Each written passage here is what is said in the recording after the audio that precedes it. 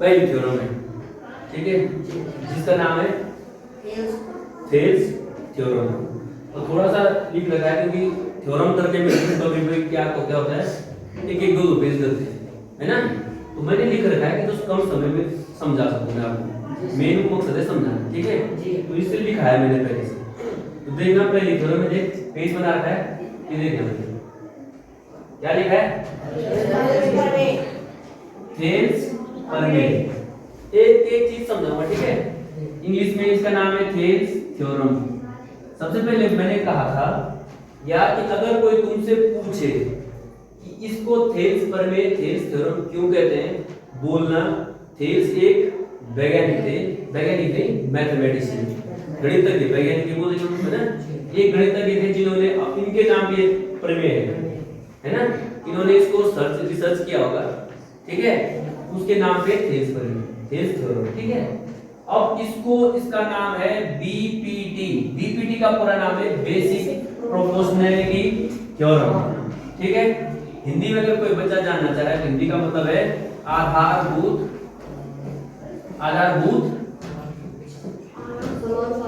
समानुपातिक का मतलब प्रोपोर्शनैलिटी, समानुपातिक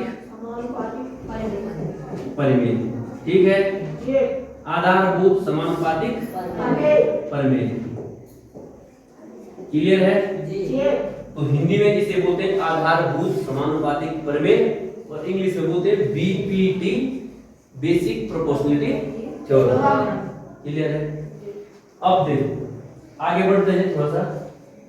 एक परिमेय, एक थ्योरम, एक सिद्धांत को जो अगर हम देखते हैं उसमें कैसे करेंगे, तो उसमें 5 चीजें मैंने कहा था। पहली चीज है सिद्धांत, जिसको हम थ्योरम भी बोलते हैं या प्रिंसिपल बोलते हैं ना, थ्योरम भी बोल सकते हैं इंग्लिश में या प्रिंसिपल भी बोलते हैं, PRINCIPLE, ठीक है ठीक है। दूसरी मैंने कहा था आकृति, फिर हम चित्र बनाएंगे, फिगर क्या बोला था मैंने, चित्र या आकृति, है ना, ये बनाएंगे।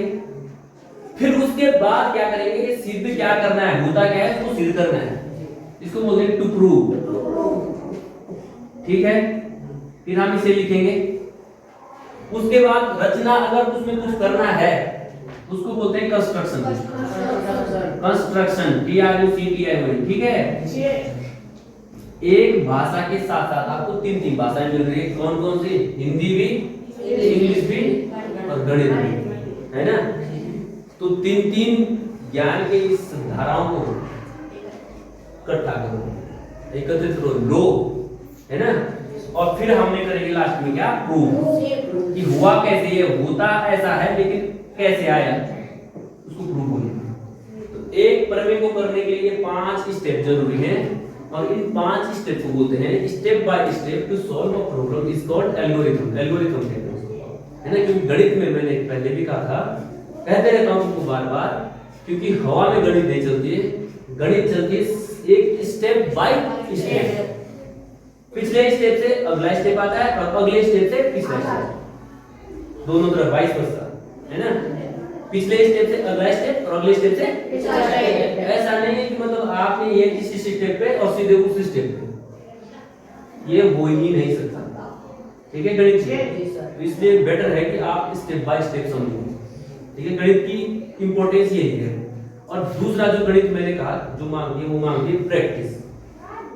जिसने प्रैक्टिस किया वो परफेक्ट, जिसने प्रैक्टिस नहीं किया वो डिफेक्ट, है ना। तो इसलिए गणित समझने के थोड़ा सा ये चीजें जरूरी है। बढ़ेंगे इसी प्रमेय को करेंगे हम, देखो करेंगे। सबसे पहला स्टेप दिखाया मैंने सिद्धांत, जिसको बोलते हैं प्रिंसिपल या थ्योरम, है ना, प्रिंसिपल। अब प्रिंसिपल ये मत समझना किसी स्कूल का प्रिंसिपल मतलब सिद्धांत, PAL होता है, ठीक है।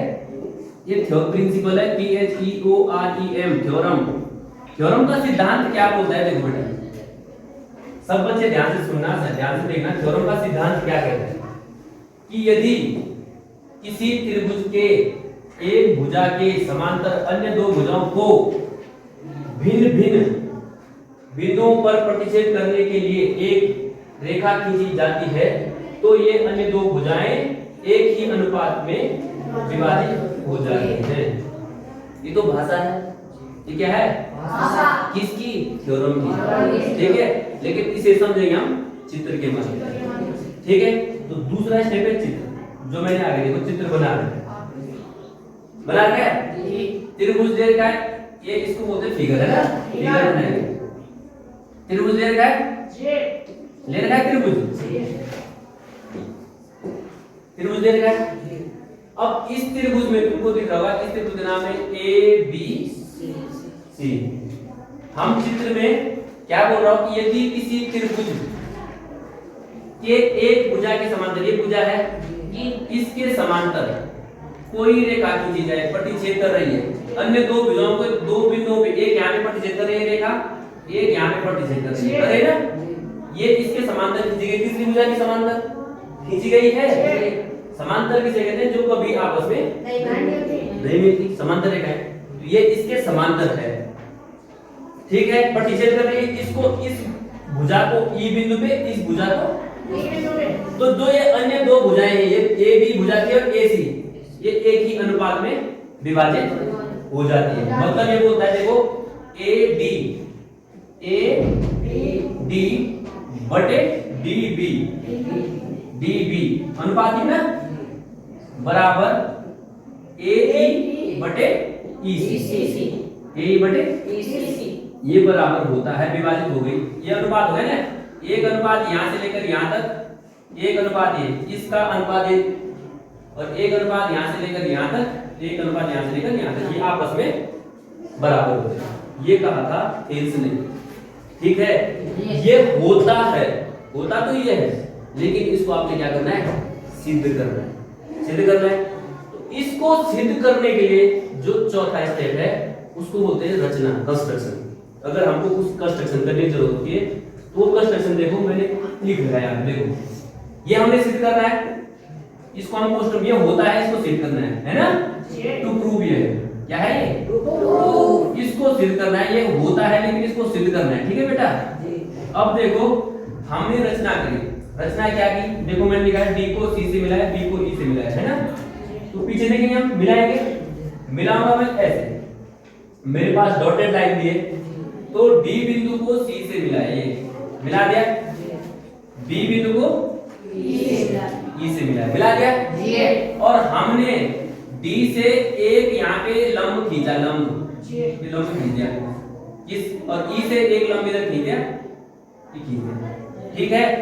इनके भी नाम दे देते हैं। ये बिंदु जो हमको मिला, यहाँ पे देखो ये लंब का माला, ये मिला एम, ये मिला एन, कौन सा? ये वाला बिंदु, ये लंब का। लंब हमेशा याद रखना, लंब हमेशा 90 अंश पे सीधा होता है, लंब हमेशा, ठीक है।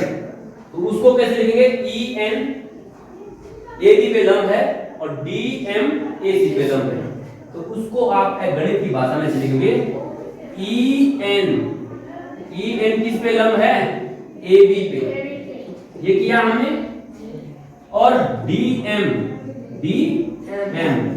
किस पे लंब है? ए सी। ये पीछे मैंने चित्र से लिख दिया, ये हमने रचनाएं की, ये अपनी तरफ से हमने रचनाएं। और याद रखना, रचना जो करते हैं वो dot dot dot dot line से करते हैं, डॉटेड लाइन। क्लियर है? कितना क्लियर है? अब क्या करेंगे हम? पांचवा स्टेप क्या करेंगे? देखो रचना कर दी, प्रूव करेंगे। क्या करेंगे? प्रूव। लिखा है मैंने जी, लिखा है। क्यों लिखा है? मैंने कहा क्योंकि थ्योरम को करने में अगर मैं लिखता तो समय लगता जी, इसलिए लिख रहे हैं। देखो पहले क्या करना, आपने यहाँ पे 4 त्रिभुजों का क्षेत्रफल निकालना। कितने त्रिभुजों का निकालना है? 4 त्रिभुजों का क्षेत्रफल निकालना, ठीक है। समझ में आ गया? तो देख पहला त्रिभुज है ये वाला, ADE का क्षेत्रफल। पीछे देखेंगे हम त्रिभुज ए, देखो ये मैं अलग रंग से लिखता हूँ, ठीक है, कलर। ये देखो त्रिभुज ADE, इसका क्षेत्रफल है, ये देखो। क्यों? सबसे पहले तुमको याद रखना त्रिभुज का क्षेत्रफल क्या होता है? त्रिभुज का क्षेत्रफल होता क्या है? सूत्र ये होता है 1/2 आधार को बेस बोलते हैं, b गुणा गया ऊंचाई। तो देखो त्रिभुज ADE का क्षेत्रफल होगा 1/2 आधार क्या है इसमें? आधार है इसमें AD, है ना? AD ऊंचाई क्या है? A, आधार के लिए ऊंचाई होगी ई एन। ऊंचाई क्या है? E N. ई एन यही लिखा मैंने, ठीक है। देखो आगे ए डी गुना क्या डीएम लिखा है, ए डी गुना क्या ऊंचाई हो जाएगी ई एन, उसको सही कर दो, ठीक है। जो गलत होगा उसको सही कर दो, ई एन, ई एन, ठीक है।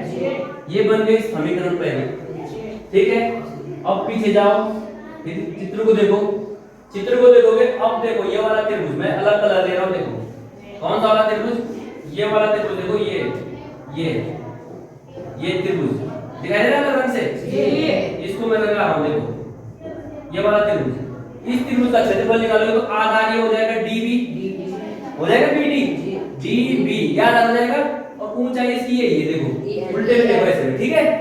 ई एन, तो मैं बोलता हूं डीबी गुणा गया ई एन, इस त्रिभुज का ये वाला त्रिभुज का लिखा हुआ देख, डीबी गुणा गया ई एन, यहां पे भी गलत लिखा है ना, तो इसको लिखूंगा ई एन, डीबी गुणा गया ई एन। निकाला दो त्रिभुज का क्षेत्रफल, समीकरण 2।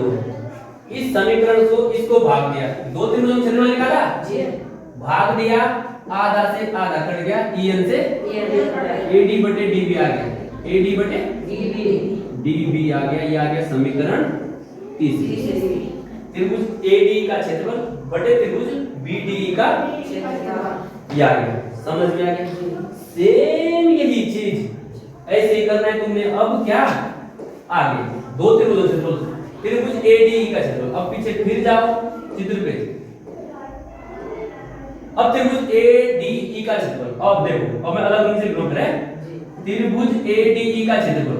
अब ये भी तो हो सकता है, ये भी तो हो सकता है क्या, 1/2 आधार अगर हम इधर से लेंगे, इधर ए ई लेंगे ना, जैसे ए ई गुणा डीएम, वेरी गुड, ये आईडी हो जाएगी ऊंचाई है ना, डीएम, ए ई गुणा क्या डीएम, इसको हम आगे देखोगे उसमें लिखेंगे, देख ये भी लिख सकते हैं, ए ई गुणा क्या डीएम, ये गलत लिखा है ना, इसको सही करो, डीएम, ठीक है। अब दूसरा त्रिभुज देखेंगे, दूसरा त्रिभुज देखेंगे हम, पीछे चित्र में देखो, क्योंकि चित्र का प्रयोग है बेटा, मैं सारे चित्र से कर रहा हूं, इसलिए मैं आगे पीछे बार-बार ले जा रहा हूं, उसमें कंफ्यूज मत होना। अब दूसरा त्रिभुज देखो, इसके लिए मैं अलग रंग लूंगा, देखो कौन सा वाला, सी डी ई, ये वाला देखो, ये इधर वाला है ना, ये इधर से रंग करा रहा हूं, ठीक है, ये इधर से रंग करा, ये वाला देखो, ये नीचे सी डी ई, तो इसमें ये देखो सी ई आधार है, ई सी आधार है, ई सी गुणा के ऊंचाई हो जाएगा डीएम, है ना। अब देखो आगे देखो, ई सी गुणा के डीएम, इसी रंग से लिखता हूं, ठीक है। अब इसमें भी इसका भाग गया, समीकरण 4 में 5 का भाग गया, इसके बटे ये, तो आधा से आधा कट गया, क्या आ गया, ए ई बटे, समझ में आ गया, ये आ गई समीकरण 6, समीकरण 6 आ गई, समीकरण 6। बस इन चार त्रिभुजों का क्षेत्रफल निकालना है, उसके बाद क्या करना है, ये एक समीकरण 3 ले लिए पीछे से, ये और एक समीकरण 6 ले लिए, ये दोनों समीकरणों को एक साथ लेंगे हम 3 और 6 को लेने पर। तो यहां से आया था मेरा AD बटे DB आया था ना, और ये आया था AE बटे EC आया था, ये समीकरण 3 थी, ये समीकरण 6 आया था। अब यहाँ पे देखना, त्रिभुज ADE के बराबर है, और त्रिभुज BD और CD, चित्र फिर देखूंगा फिर, ये BDE ये वाला और CDE, इनको मैं यहाँ पे बना रहा हूँ, कहाँ पे, यहाँ पे बनाता हूँ, यहाँ पे देखो छोटा, ये ऐसा है, ऐसा है ना, ऐसे त्रिभुज है कि नहीं है, ये D है, ये E है, ये B है, ये C है।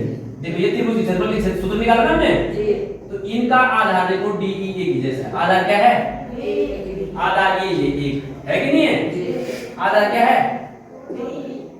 ये DE आधार है, और एक आधार पे जब दो त्रिभुज होते हैं तो उनका क्षेत्रफल बराबर होता है। एक आधार पर दो त्रिभुज होते हैं तो उनका क्षेत्रफल बराबर होता है। ये याद रखना, ये आपको याद रखना होगा। एक ही आधार पर स्थित त्रिभुजों का क्षेत्रफल क्या होता है? तो मैं त्रिभुज BD और CD को बराबर लिख दिया क्योंकि एक ही आधार पर स्थित त्रिभुज, एक ही आधार पर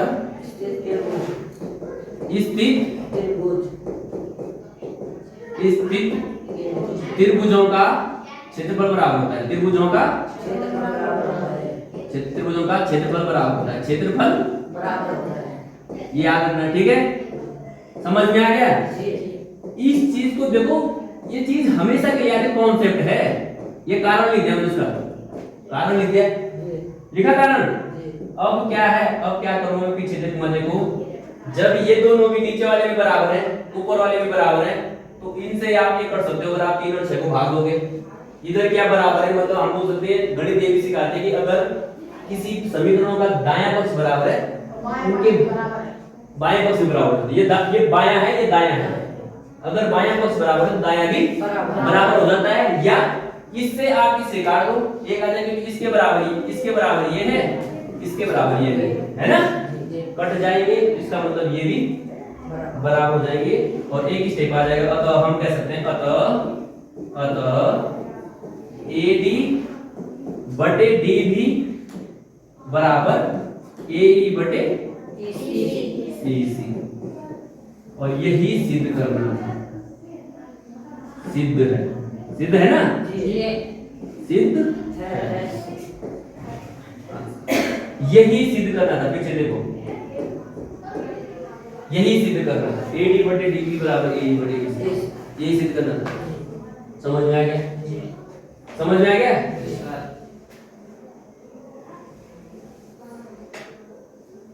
समझ में आ गया?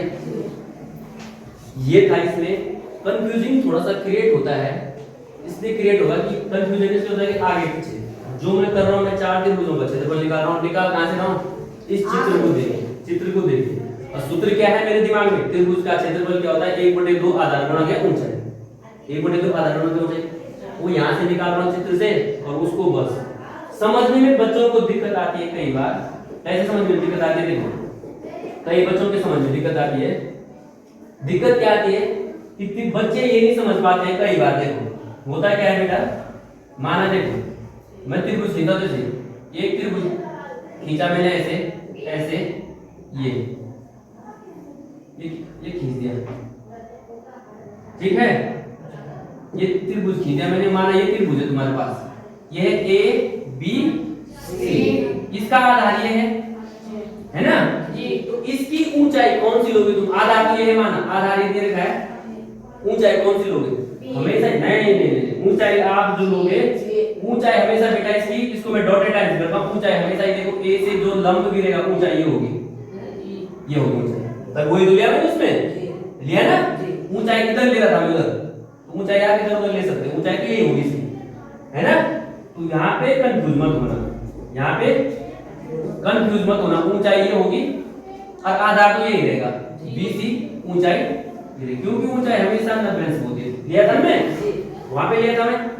तो यहाँ पे कंफ्यूजन हो सकता है छोटे छोटे बिंदुओं में बच्चों में, या यहाँ पे कंफ्यूजन हो सकता है अगर ये ऐसे था, एक ऐसे मिला था ना, D B, ये था E, है ना? और फिर एक ये मिला रख दिया रेखा इससे ऐसे। तो देखो दो त्रिभुज बन रहे, एक इधर में एक इधर में, लेकिन याद रखना इसका आधार तो यही है। तो इसमें इनका क्षेत्रफल बराबर होगा। इनकी ऊंचाई लेकर यहां ले रहे थे ना, ऐसे ऊंचाई ये ले रहे थे, और इसकी ऊंचाई त्रिभुज की ऊंचाई हम ऐसे ले रहे थे ना। यहाँ पे कंफ्यूज हो सकता है। बाद बाकी क्षेत्रफल निकालना है, मेरे दिमाग में क्षेत्रफल है 1/2 आधार गुणा क्या ऊंचाई, ठीक है? और ये हो जाती है यहाँ पे थ्योरम खत्म। पहली थ्योरम है, थेरिस में इंपॉर्टेंट है, आप लोग करना, कंफ्यूजन मत करना, कोशिश करना। इसके बाद अगर किसी को कोई कमी पेश हो जाती है, व्यक्तिगत रूप से आप मुझसे पूछ सकते हो कि सर ये कैसे प्रूव हुई, कैसे सिद्ध हुई। आपको डायरेक्ट सिद्ध याद रखना है कि ये होता है, ठीक है? आपको सिद्ध टू प्रूव याद रखना है, ठीक है?